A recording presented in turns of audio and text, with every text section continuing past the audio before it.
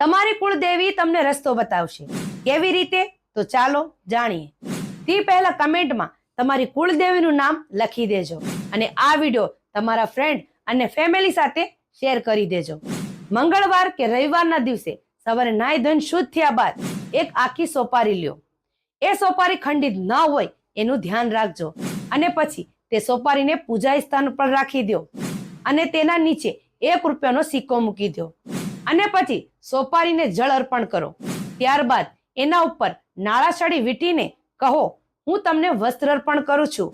અને પછી સોપારી ઉપર સિંદૂર લગાવીને કહો, હે માં, મારો અર્પણ કરેલો શૃંગાર સ્વીકાર કરજો. પછી એક ઘીનો દીવો પ્રકટ કરો અને કહો, માતાજી, અમારી કોઈ પણ ભૂલ થઈ હોય તો અમને માફ કરજો અને અમારા ઘરમાં સ્થાન ગ્રહણ કરજો અને મને સાચો માર્ગ આપજો.